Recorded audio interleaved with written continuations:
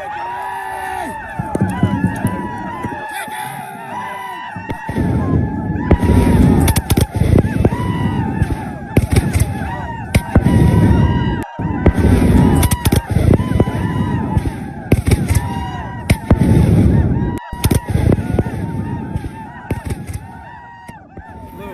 to Scott's Odyssey.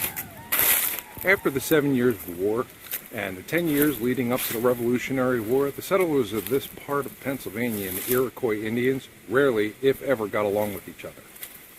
The overwhelming hate continued with murders and missing people on both sides of the line. When the Revolutionary War started, the British commissioned the Indians to do their bidding and paid handsomely for the scalps of settlers not loyal to the crown. This is the site of the Phillips Rangers Massacre. See you in a minute.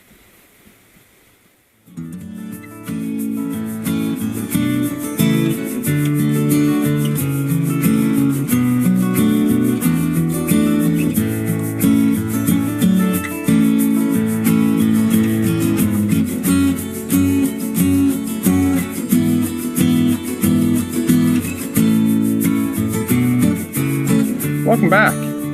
In 1773, William Phillips, a farmer and frontiersman from Frankstown Township, formerly part of Berry Township, along the Clover Creek just below Williamsburg, PA, had completed fortifying his homestead and opened it to help provide shelter to other local settlers in the Morrison's Cove area.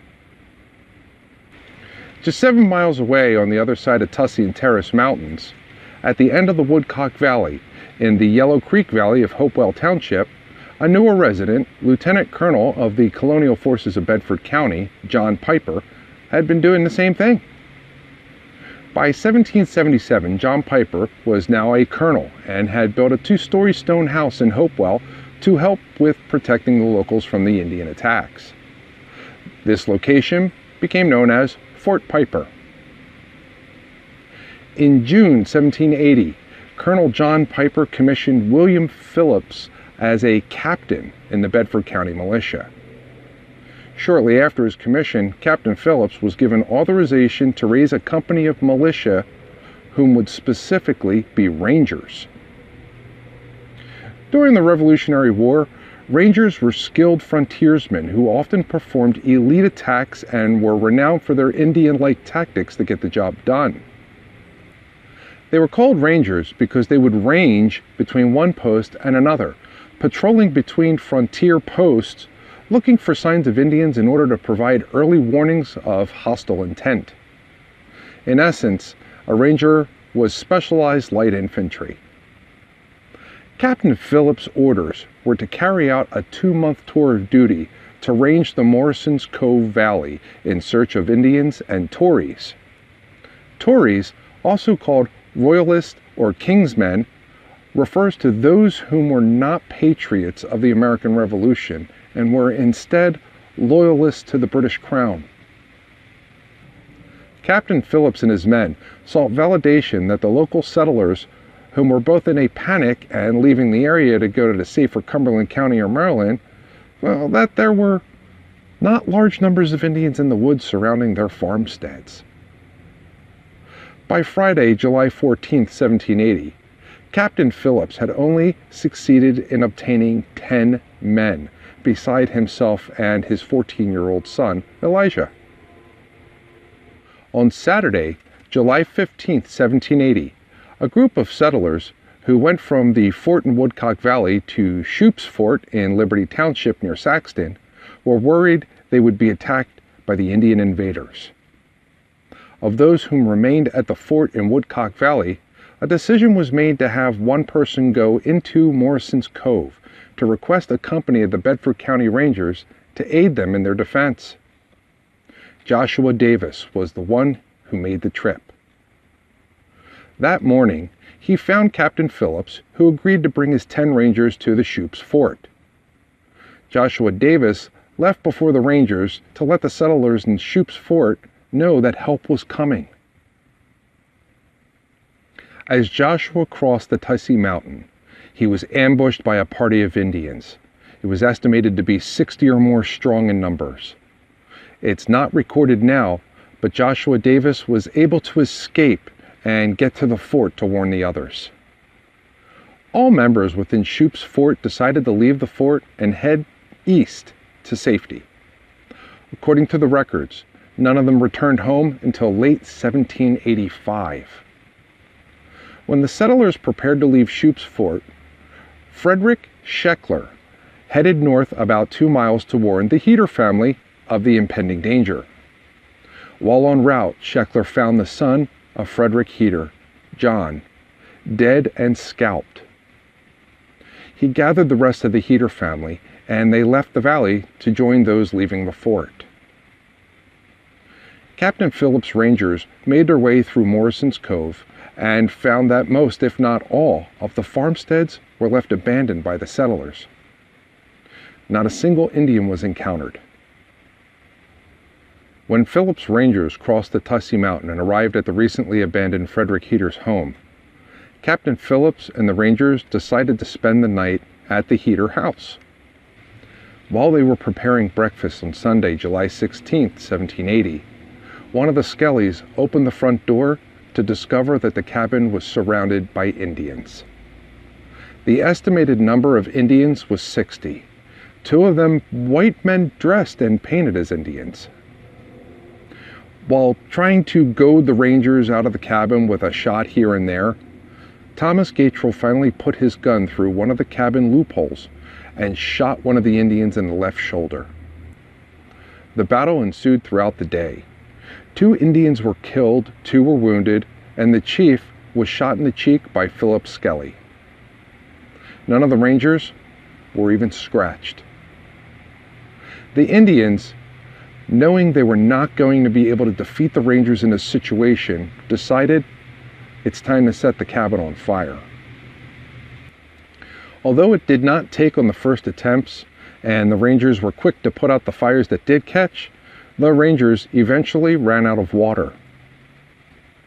The battle continued while the cabin burned around the Rangers, and finally, Captain Phillips called for a ceasefire and that he and the Rangers would surrender as long as they were not injured and were treated as prisoners. The Indians agreed. One of the Tories who was with the Indians acted as the liaison and gave the demand that the rifles and knives be surrendered and that they allow themselves to have their arms pinned and bound. The Rangers agreed to the terms. Captain Phillips and his son Elijah were separated out from the group and taken away by 5 or 6 Indians. The second group started out and at about a half a mile from the Heater homestead were lashed to trees. Multiple volleys of arrows were fired into their bodies, and they were scalped. On Monday, July 17, 1780, Colonel Piper received the news that Frederick Heater's house was reduced to ashes. Colonel Piper took 10 men to the location of the cabin to search the area. They found the men all dead and still tied to the trees. Colonel Piper had the men cut down and buried at the spot of their death roughly 18 inches below the soil. On August 6, 1780, Colonel Piper drafted a report to Joseph Reed, the President of the Supreme Executive Council of Pennsylvania, regarding an incident in which the Bedford County Militia had been involved. The letter read, "Sir, your favor of the 3rd of June with the blank commissions have been duly received, since which we have been anxiously employed in raising our quota of Pennsylvania volunteers and at the same time defending our frontiers. But in our present shattered situation, a full company cannot be expected from this county when a member of our militia company are entirely broke up and whole townships laid waste. So that the communication betwixt our upper and lower districts is entirely broke, and our apprehensions of immediate danger are not lessened, but greatly aggravated by a most alarming stroke. Captain Phillips, an experienced good woodsman, had engaged a company of Rangers for the space of 2 months for the defense of our frontiers, was surprised at his post on Sunday the 16th July, when the captain with 11 of his company were all taken and killed.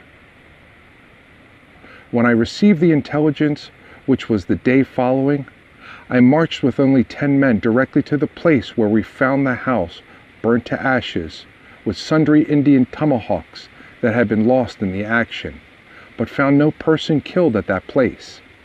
But upon taking the Indian tracks, within about 1/2 a mile, we found 10 of Captain Phillips' company with their hands tied and murdered in the most cruel manner.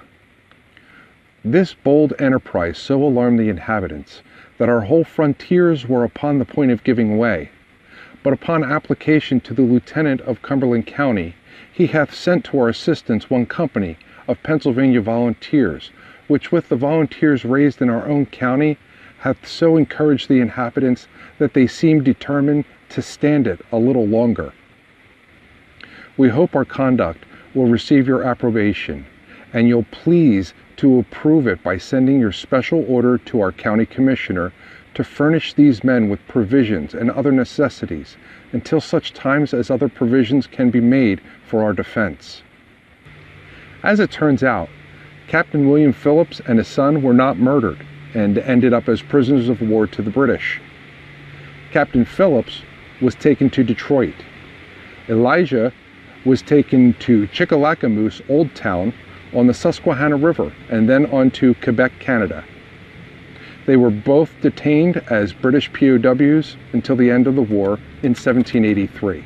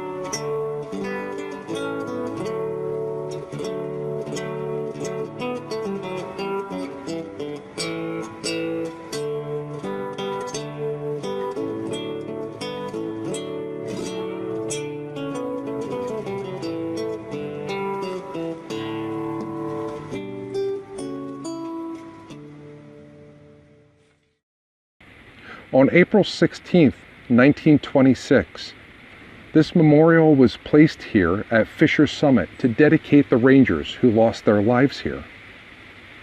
On January 25, 1933, while performing some grading around the monument to preserve the terrain, human remains were found under a few tree bases, 18 inches beneath the surface, at about 10 feet from this actual monument. Only 7 people's remains were found. The remains were placed in a casket and interred with a bronze tablet marking their location. The tablet reads, "We rest, having died in line of duty on July 16, 1780.